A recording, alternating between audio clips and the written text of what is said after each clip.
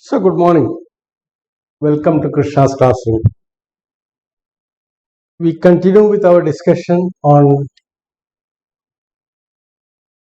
the outer measure, that is Lebesgue outer measure, and we were proving the properties of this Lebesgue outer measure, and we have proved that the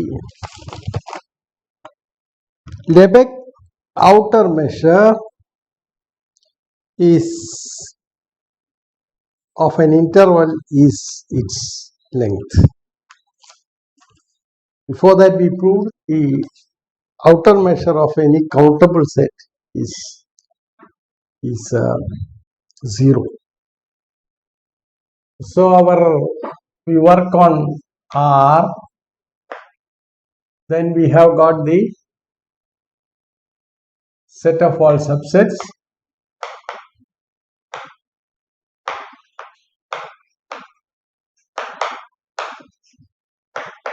R, on which we have defined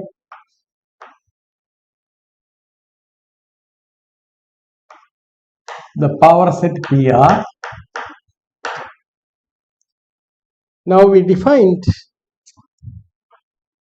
for any set in PR the Lebesgue outer measure as follows. We said, so let A belong to, A is an element of PR. Then we can cover A in a countable collection of open intervals. So, for any such countable collection of non-empty open bounded intervals such that, so we define it as follows: for any collection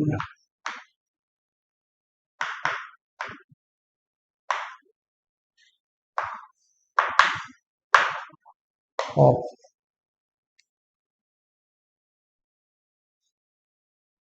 any countable collection of open sets, open bounded intervals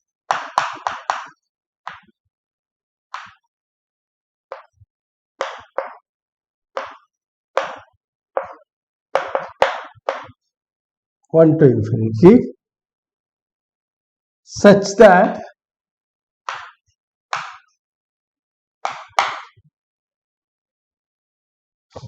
A is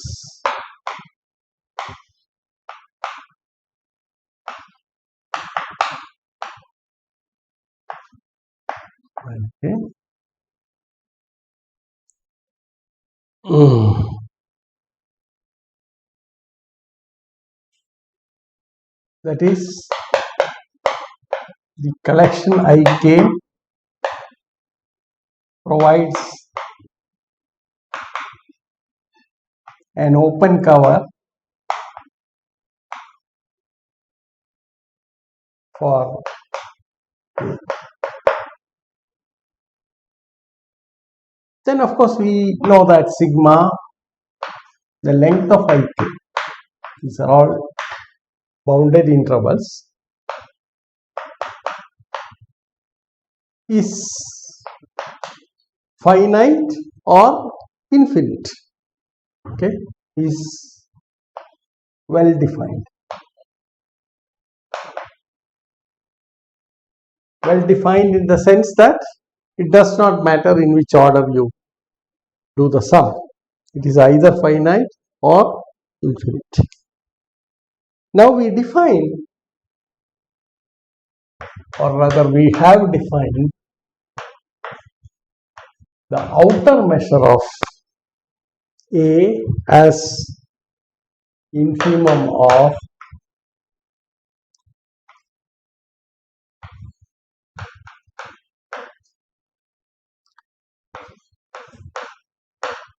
length of ik,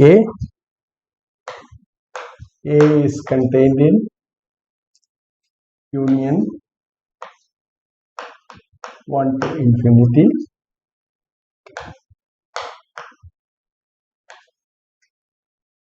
ik are non-empty bounded open intervals. Now this is well defined. So for every A belonging to PR, this set function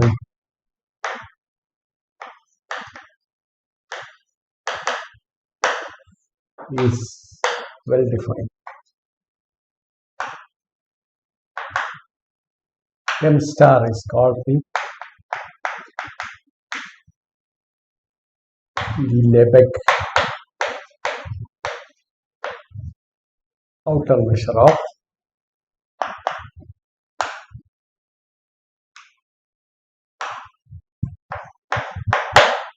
so this is the definition of the outer measure. Then we proved that M star of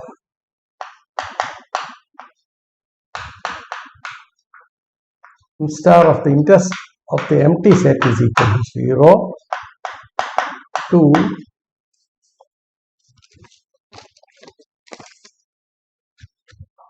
prove that it is a monotone behavior.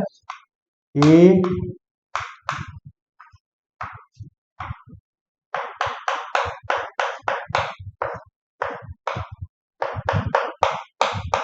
B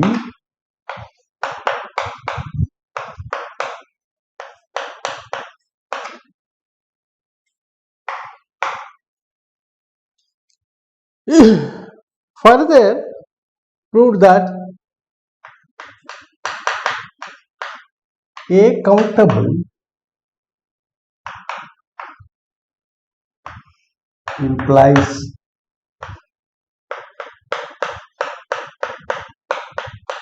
this result has some nice consequences.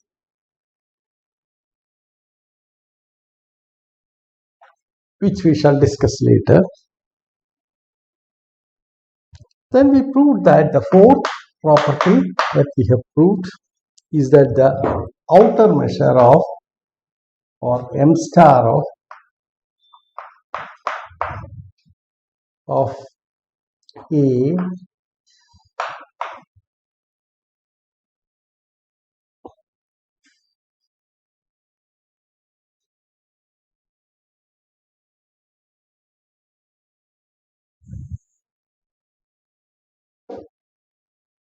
for every interval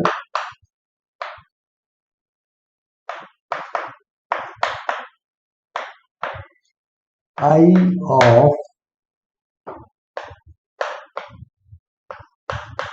PR, M star of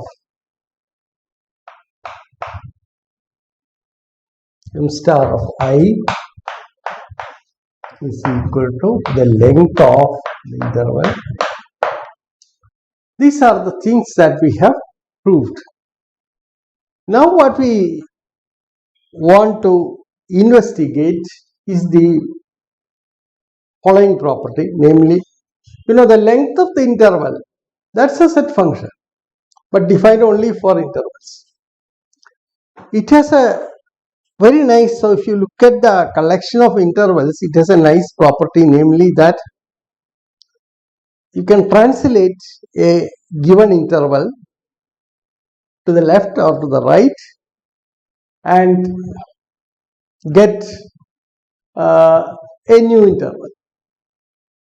So the length function for intervals has the nice property that it is translation invariant.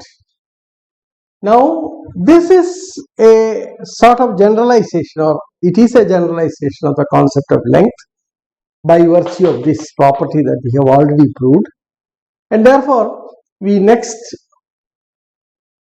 observe that this is translation invariant. So that is the next theorem.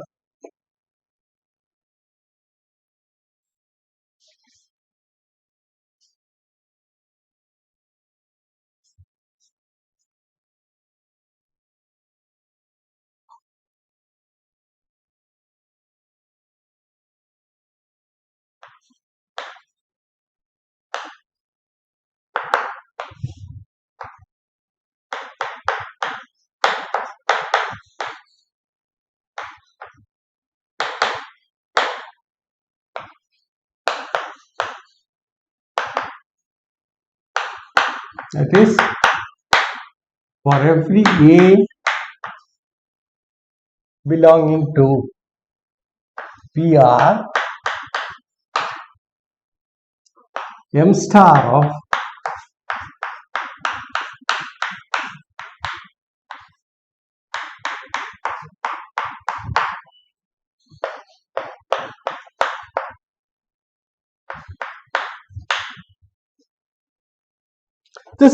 this generalizes, or this in fact generalizes the property that the interval has, the length function has over intervals.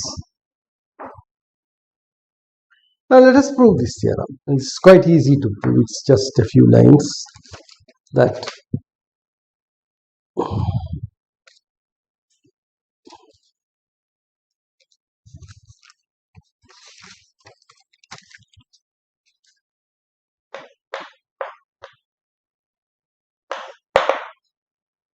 if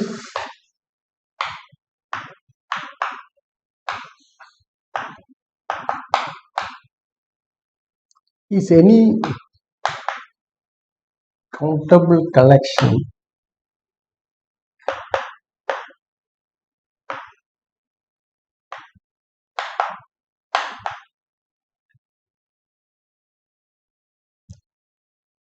open intervals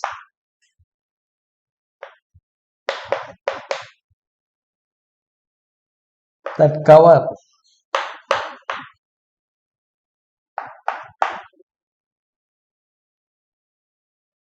then the collection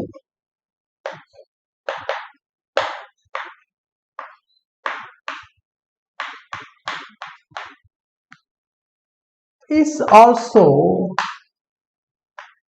a collection of open intervals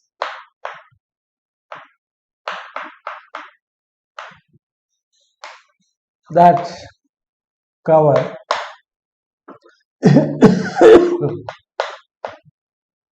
gives a cover for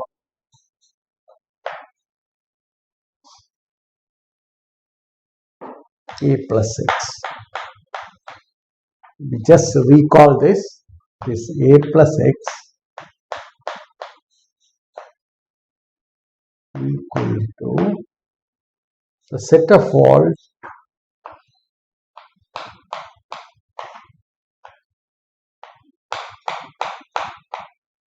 this collection. Now you can easily prove that A plus, if A is an interval, then A plus X is also an interval. That is relevant. So for any subset this is true. And Ik plus X is an interval whenever Ik is an interval. Ik plus X is an open interval whenever Ik is an open interval. Therefore, and you see that this is what you have.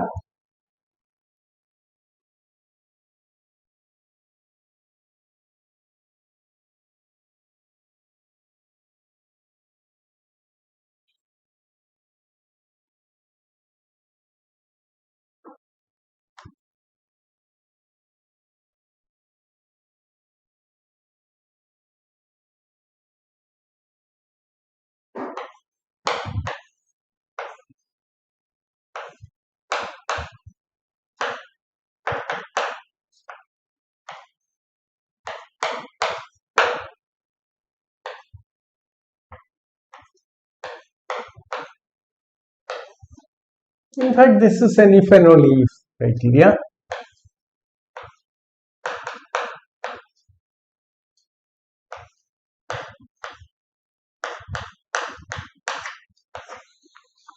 So what you are doing is you are just translating the interval. You are taking an interval Ik, and if X is you literally translate. So if you take any point here, A is translated to a plus x. So this is your ik.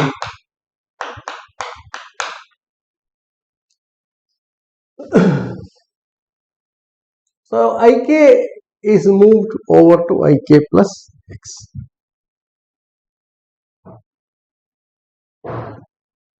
Now therefore, also you see that sigma length of ik is equal to sigma length of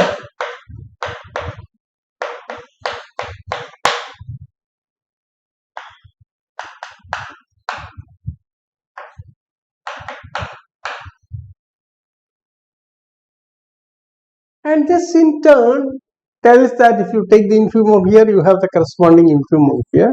Therefore, this in turn implies that now from the definition of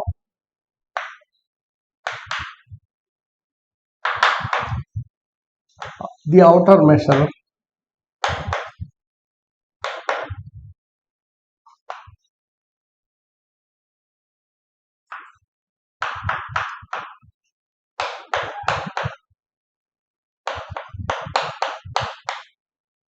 we have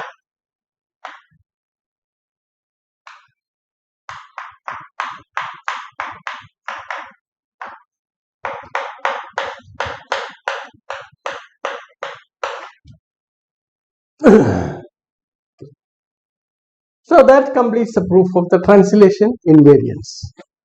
So M star in fact inherits the translation invariance property of the length function. That is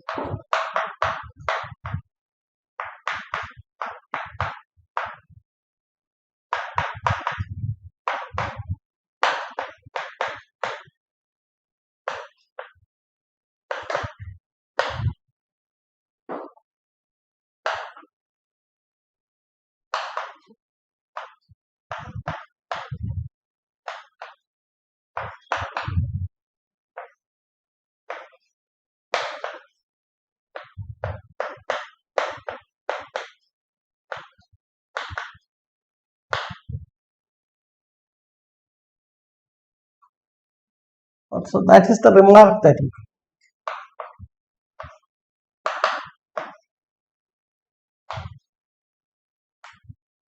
So we have now the next property, namely phi, so that we have proved that M star is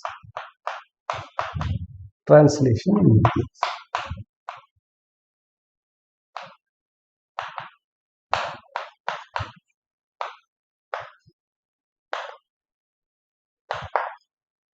What next? The next thing that you want to prove is that it is countably subadditive. Okay, and this is again a property that the length function has on the class of intervals. Now you know that if you have a collection of intervals ik, then when you take the union, you may not get an interval, but you can extend this notion to that. But at least when the union becomes an interval, then clearly you see that L of the length of the union is defined, and in that case, so if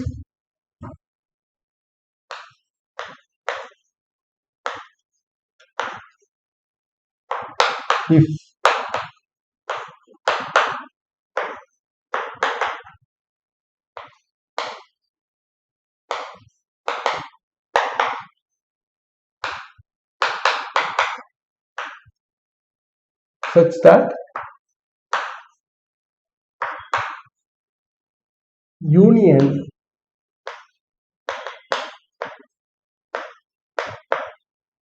is an interval, then say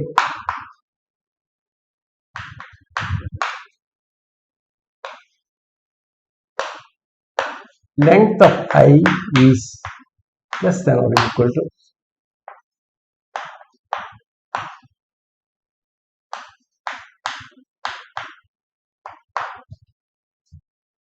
Now this is a property that is known for the length function.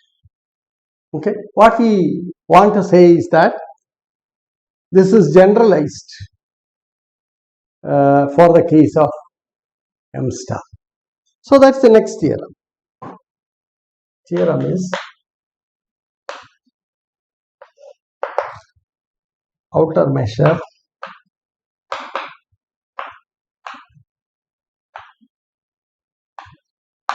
is countably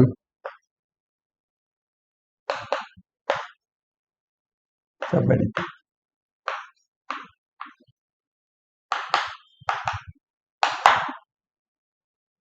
The outer measure is countably subadditive. Okay, that is expected because for intervals, the outer measure is essentially the length of the interval. Okay, so this is, I can, in this case, I can replace L by M star.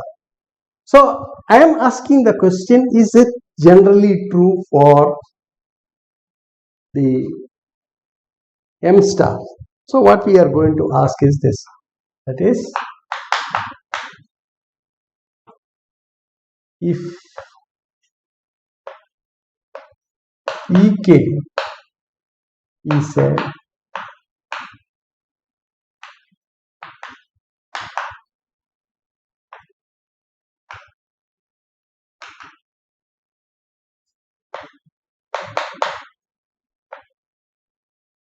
a countable collection,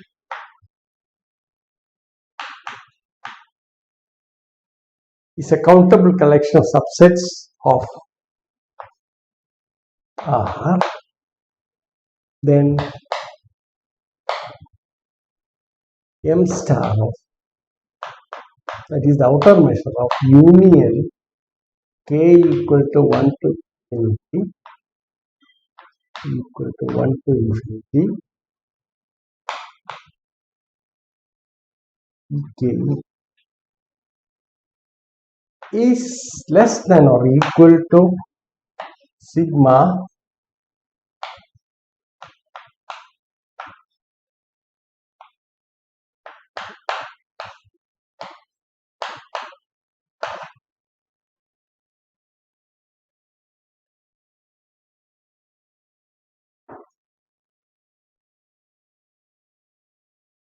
So it is from the concept of length that we are generating the new concept of outer measure,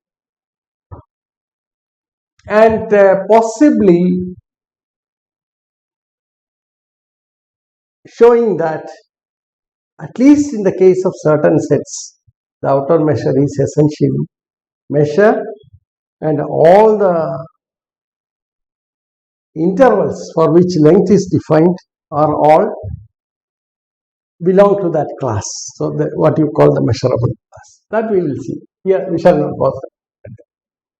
So let us prove this theorem. Okay.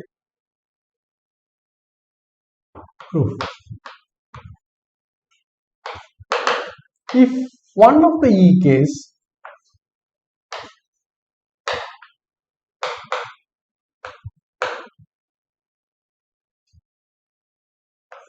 has outer measure, its outer measure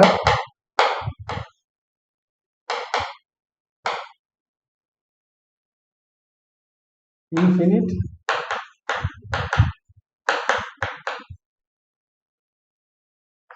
then the result is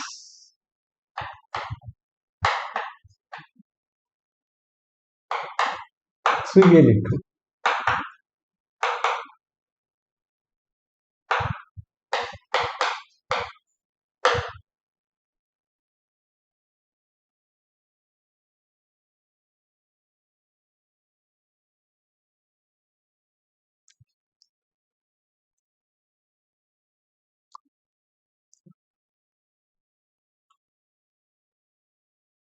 Because the right hand side would become infinity, and whatever be the fate of this doesn't matter. It's always less than or equal to infinity. So that is trivially true. So we hence we shall assume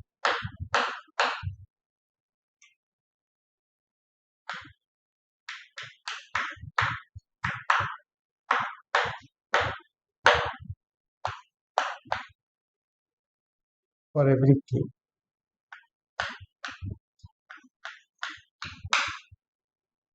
N is the set of natural numbers.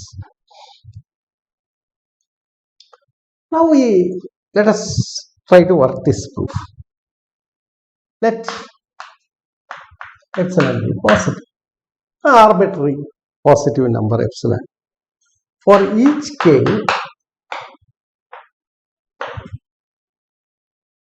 there exists a countable collection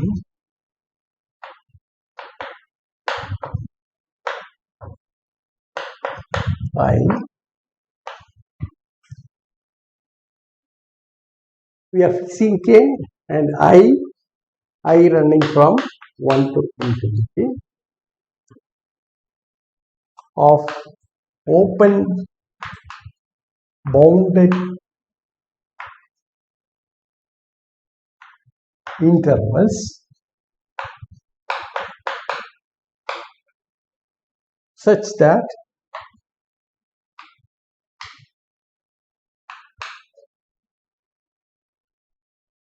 Ek is contained in union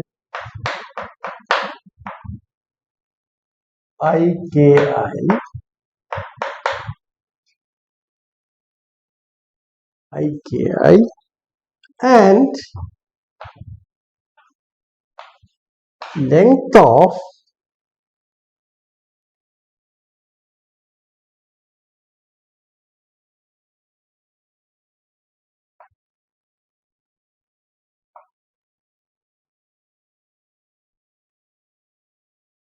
I equal to 1 to infinity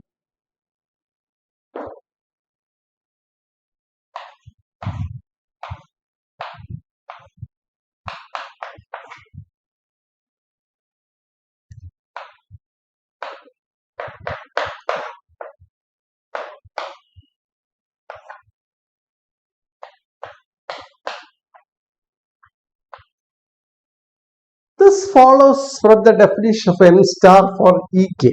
Because from the infimum definition, it is true that for any epsilon positive, you can get a collection of open bounded intervals which gives a cover for Ek such that the total length of these intervals is bounded by M star Ek plus epsilon by 2 to the power k. So that's a simple consequence of the definition of M star. Now let us see what is the consequence.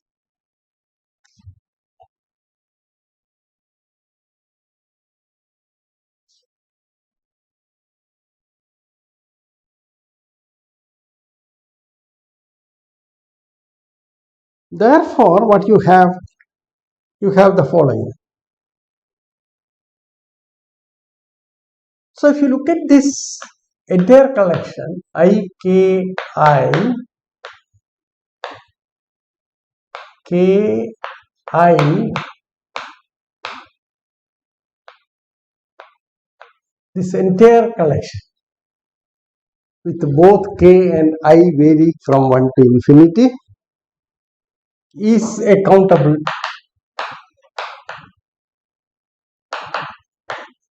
collection of open sets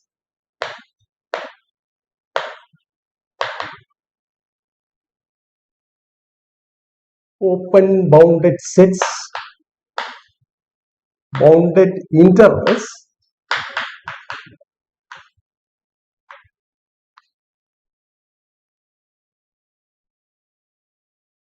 that covers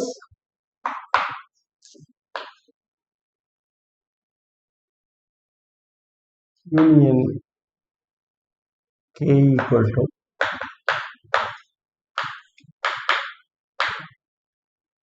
because each one covers for a fixed k, this collection covers ek, therefore you put them all together, it gives a open cover for that. That is union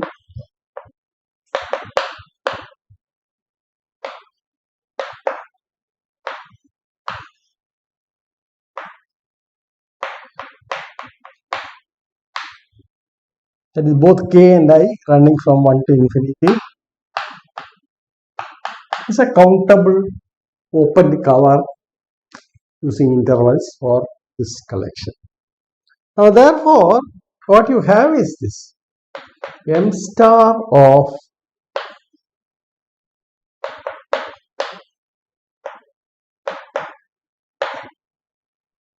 is less than or equal to e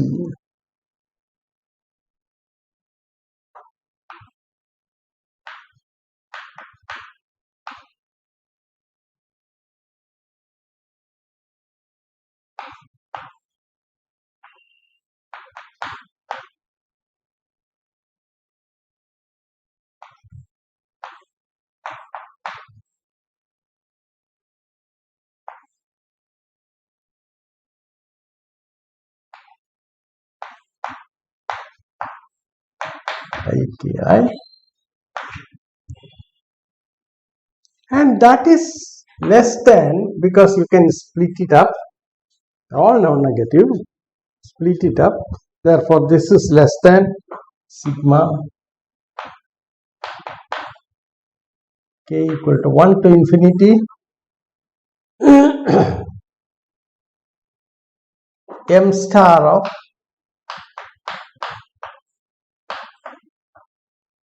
ek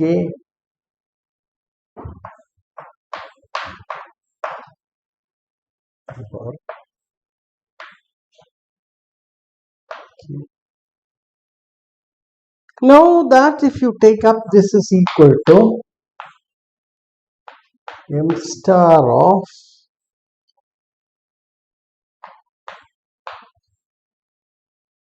k equal to 1 to infinity m star of ek plus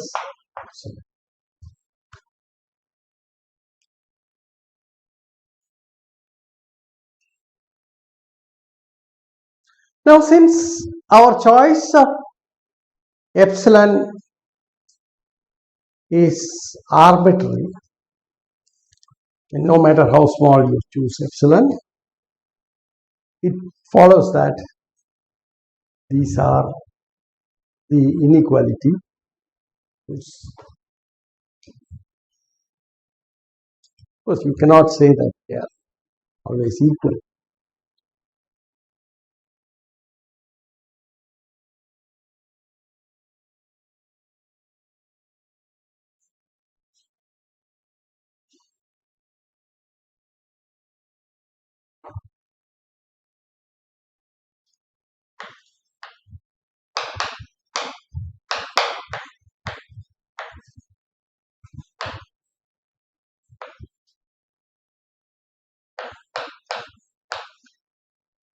Epsilon positive, it follows that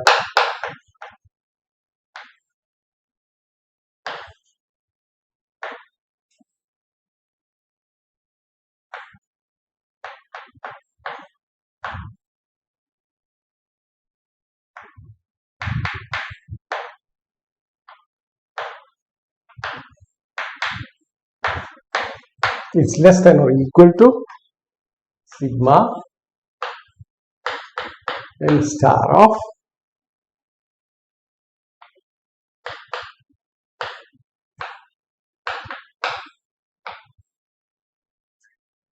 that shows that m star is countably subadditive.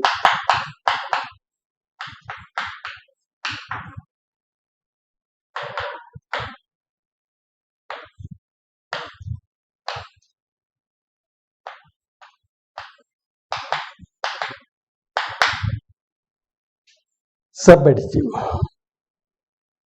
Now we want to make a remark at this stage that M star is finitely subadditive.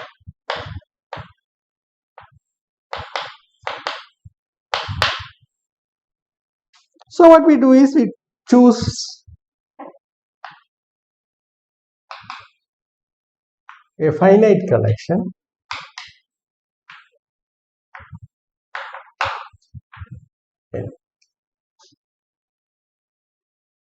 of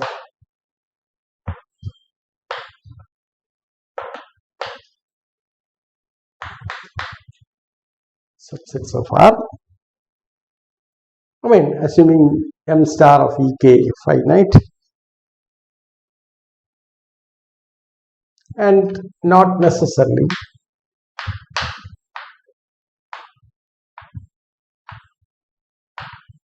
disjoint. We are not putting any restriction of this kind at this stage.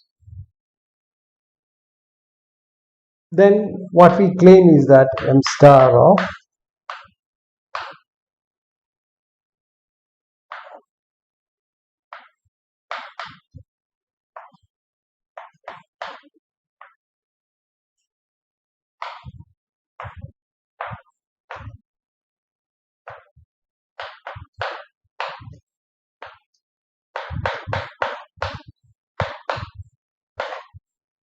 So what you do is, to prove this, it's quite easy to prove. So to prove this, what we do is, we convert this into the earlier problem of countable subadditivity. How do we do that? So choose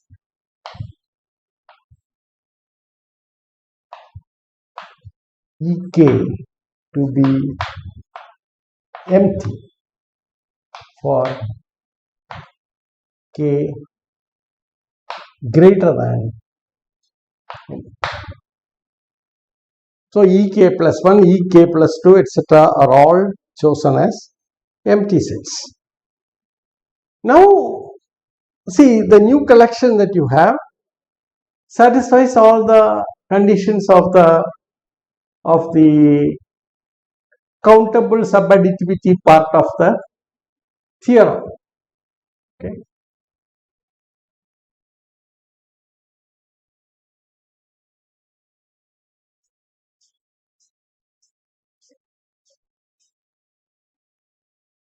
Now for the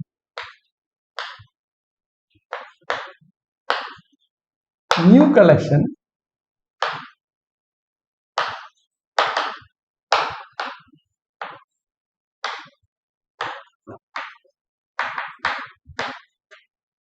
infinity, the countable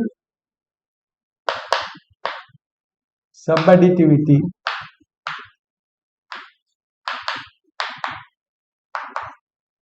property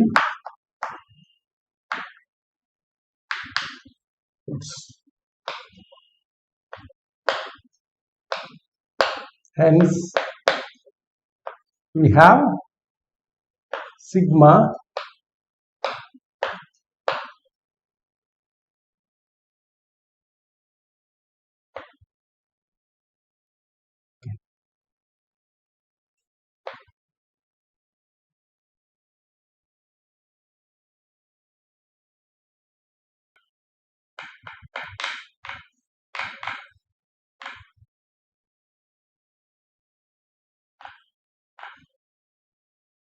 or I'll put it this way, M star of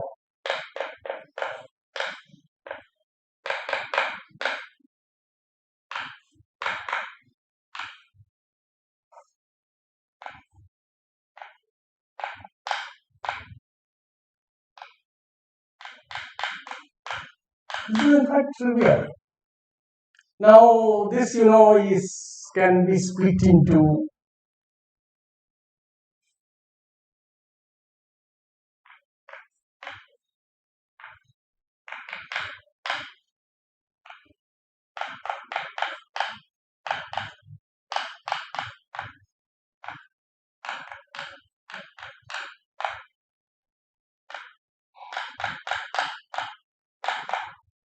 And these are all empty sets. And you know that m star of empty set is 0.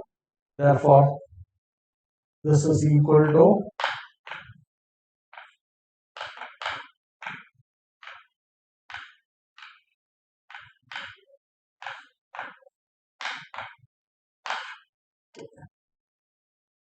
that is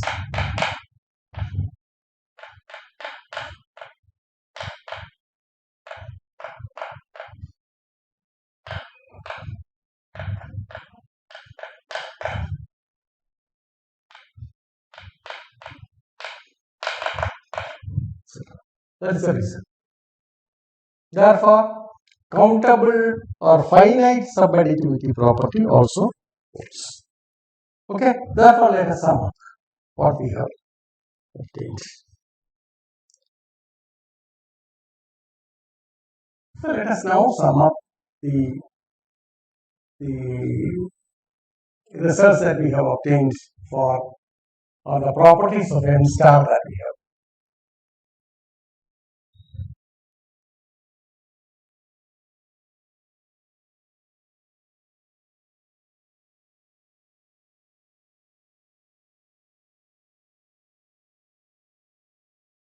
Hence, we have the following properties.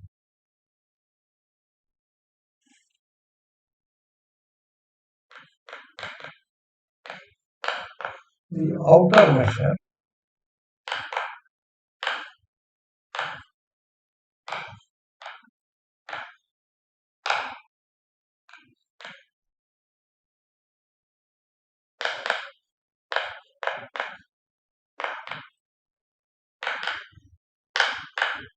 namely one outer measure is defined for all subsets of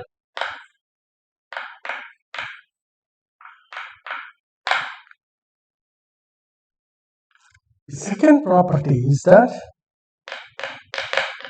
outer measure of an interval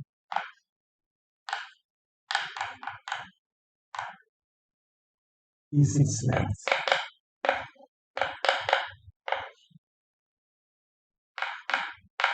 That is, outer measure is essentially a generalization of the concept.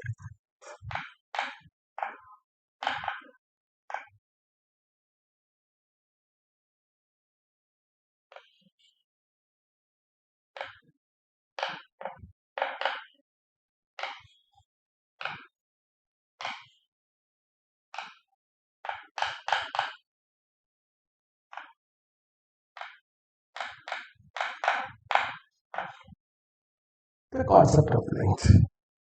Now, the third property is outer measure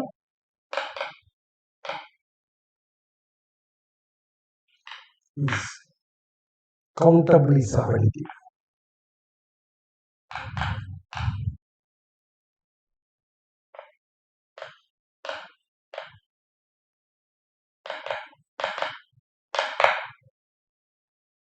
Then the fourth property is,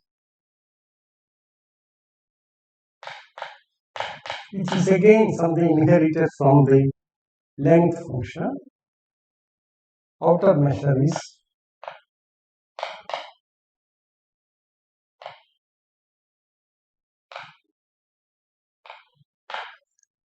is translation.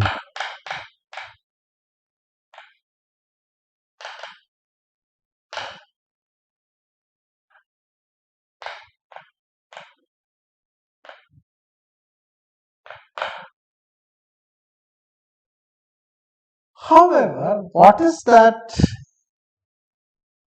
you can not prove at this stage is that the outer measure function that you have defined on the entire class of subsets of R is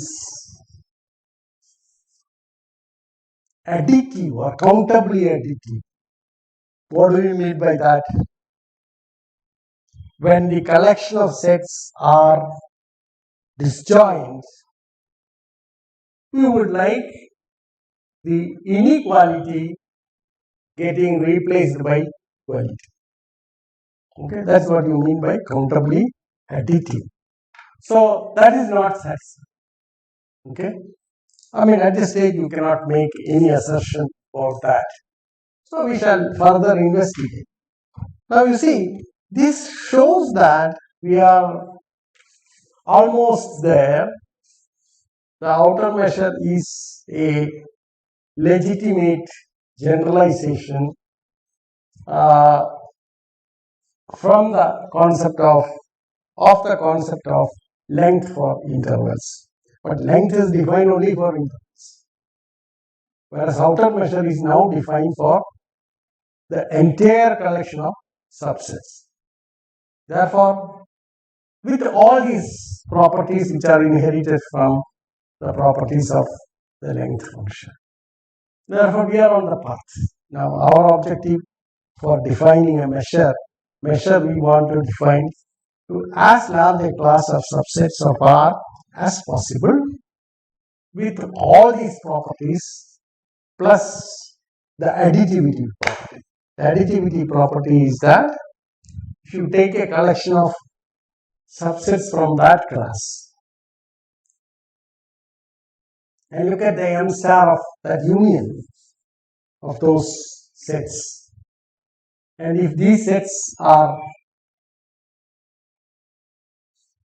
disjoint class in the sense that EI intersection EJ is empty whenever I is different from J, then we would like this inequality to be replaced by equality.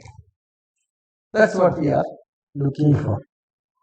Okay, so let us now proceed to get that. Therefore, see, now there is a problem.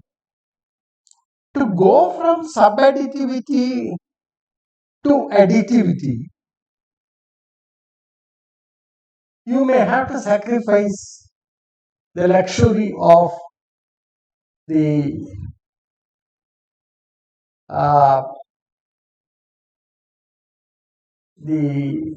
property that outer measure has, namely that it is countably subadditive. That it is valid for all subsets of R. Okay, what I mean to say is that outer measure is defined for all subsets of R. Now we are looking for countable additivity property also to be true for M star. And at this stage, we are willing to throw out a few sets if that is necessary, so that for a large class of subsets which serves our purpose, the countable subadditivity property is replaced by countable or strengthened by countable additivity property. Okay. So, as we shall see later, that of course this is the best thing that can happen, namely that we sacrifice a few sets. And in that case, how do you find out, or how do you identify the sets for which this is the subadditivity will get replaced by additivity? Okay. So this is how we come across what is called the Lebesgue. Okay. So let us explore this a bit.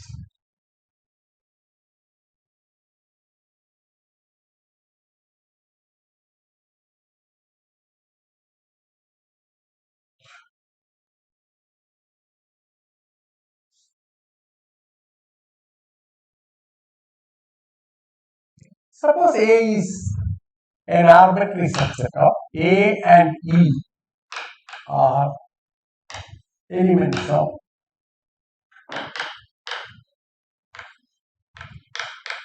that is subsets of R. For both A and E, M star is defined. Okay. Now you know that A can be written as A intersection E union A intersection E. EC stands for the complement of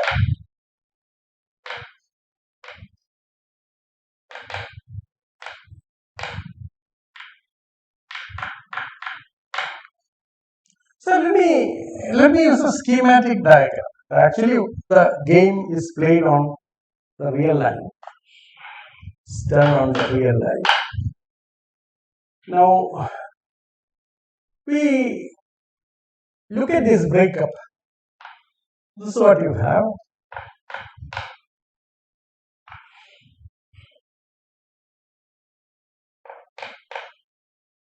A, then you have got E. Now you see that A intersection E is this. This is A intersection. Now this is what is called A intersection. This is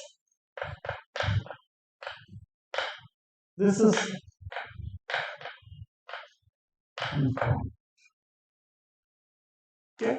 So A can be split into the union of two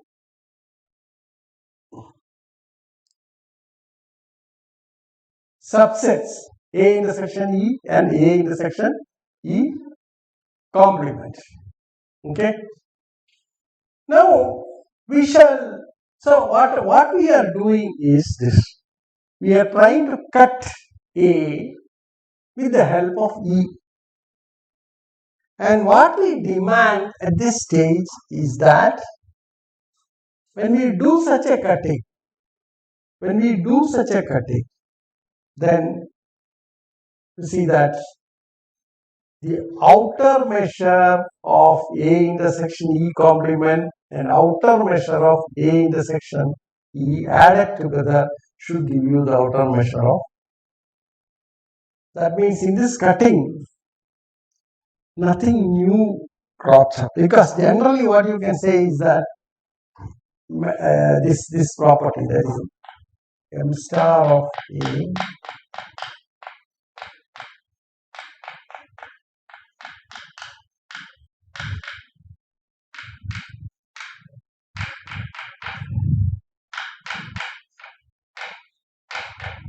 this property holds. Okay. Now what we ask for is that, so what is happening here?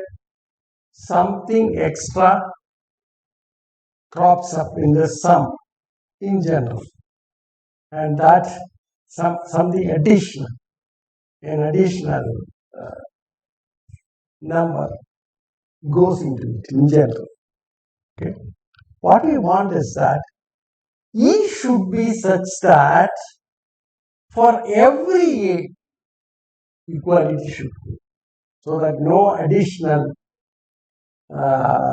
weightage is generated when A is split with E. This is the whole point.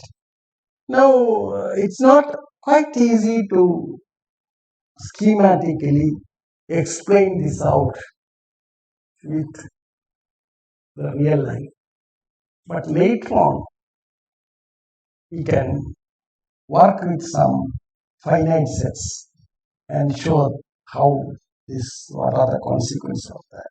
I hope I will do it soon separately, because strictly speaking, you can do it only after extending the concept of measure to arbitrary sets. And right now we are playing with R. Therefore, let us use this property. So the idea is this: take an arbitrary A, you are testing the measurability of E. E is measurable if A is split by E to parts such that the sum of the outer measures of the parts is equal to the outer measure of the whole of A. That means equality holds here. So this has to be replaced by equality for every. If that happens, then E is measurable. And in that case, we call M star of E to be equal to the measure of. Okay. Now we shall make the necessary definitions.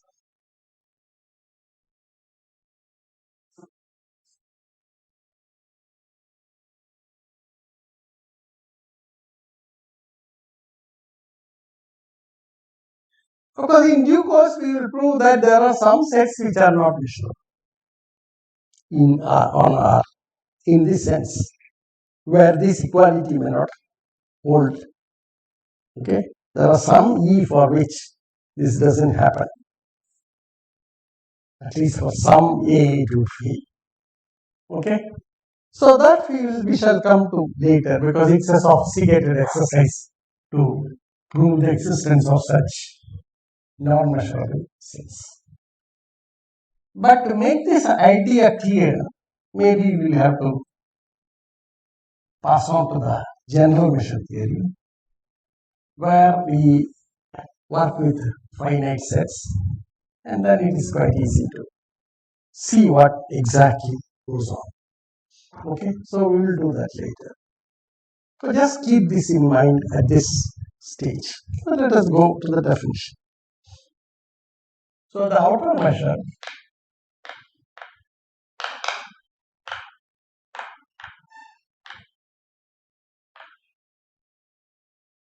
fails to be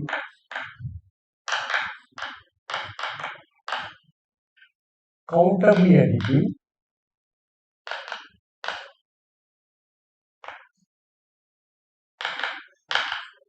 at least in some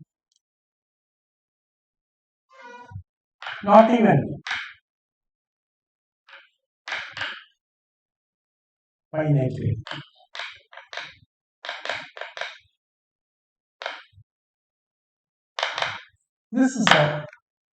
This shows that we are just not there, we are yet to be there. And therefore, as I explained here, how the whole idea of measurability comes, so we will introduce a definition. Now we define what are called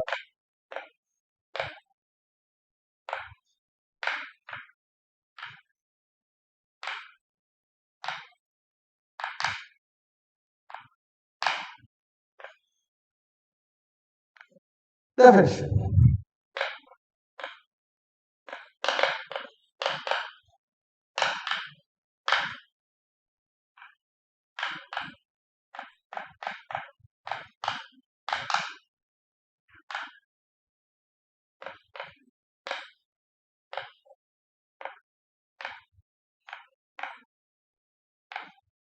If for every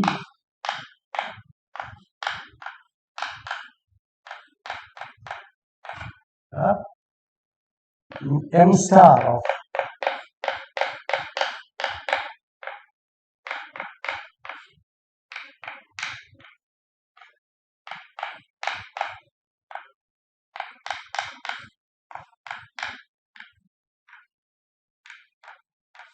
as I said, split A into A intersection E union A intersection E complement. That is done for every pair of sets A and E. Now we are talking about the measurability of E. We say that E is measurable if it splits A evenly with respect to M star, by which I mean that the M star of A is the sum of the m star of A intersection E and m star of A intersection E complement. Because A can be split up A intersection E union A intersection E complement. Okay.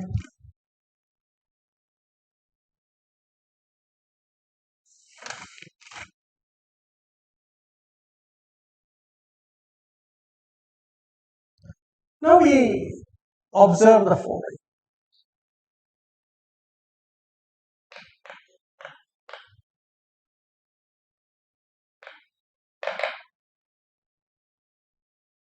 We shall designate by A. So let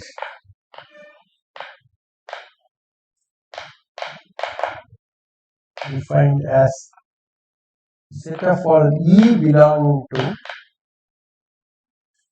E R such that is measurable.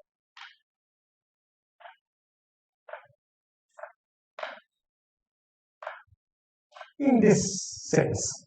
Now we still don't know whether A is the whole of PR. Later we shall show that it is not. In fact,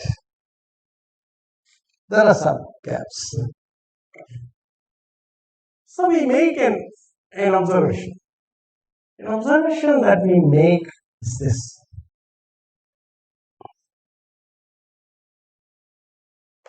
Look at this breakup of A. And then M star is an outer measure. Therefore, we already have M star of A intersection E plus M star of E complement is greater than or equal to M star of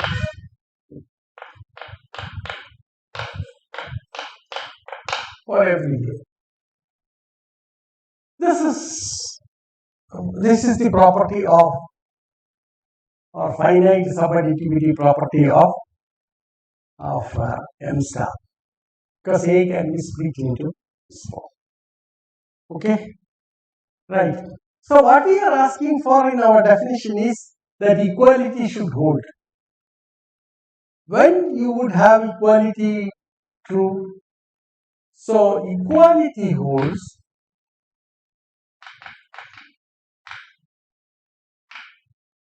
in the subadditivity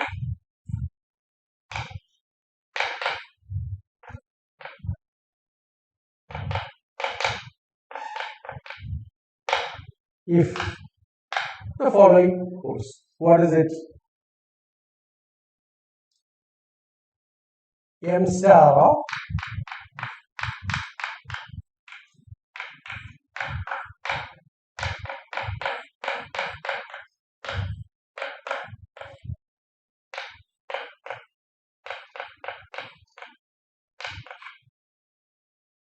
M star of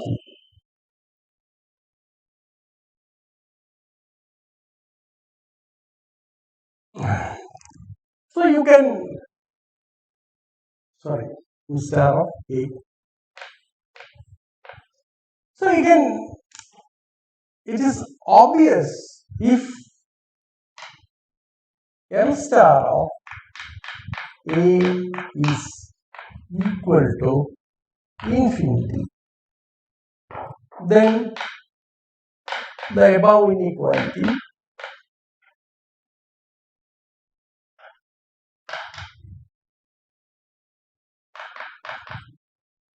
namely M star of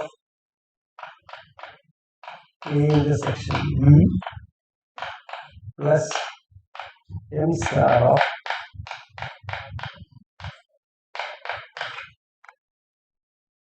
is less than or equal to. This is true.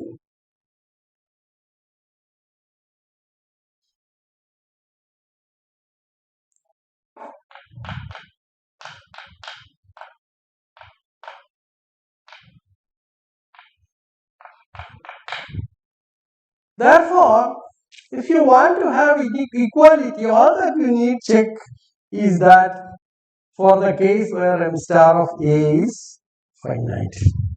Okay, therefore our task is simpler.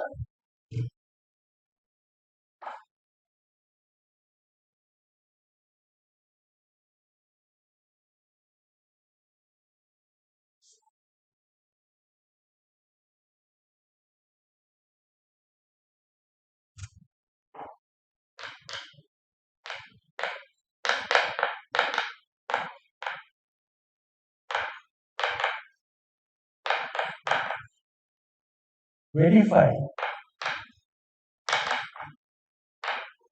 the inequality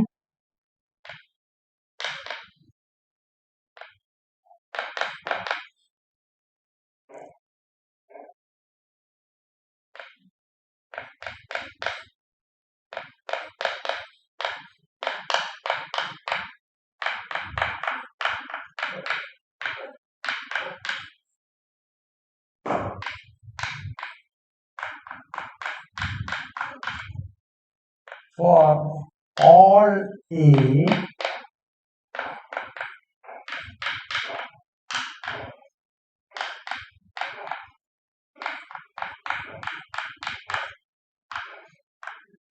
finite.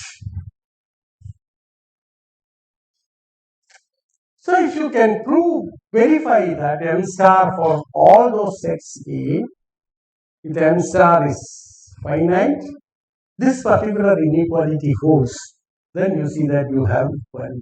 It's because the other side of the inequality is anyway true, okay, because of the subadditivity property. So the problem boils down to checking this particular inequality for all A with star less than 0. Okay, so our task will be, we will be working this on in that way.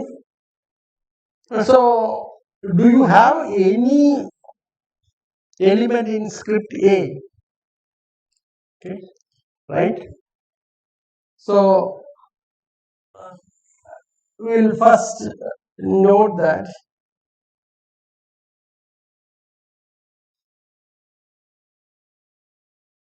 okay, now what we investigate is which sets are having this property. I think at this stage we stop and then continue with it in our next chat. So, thank you very much.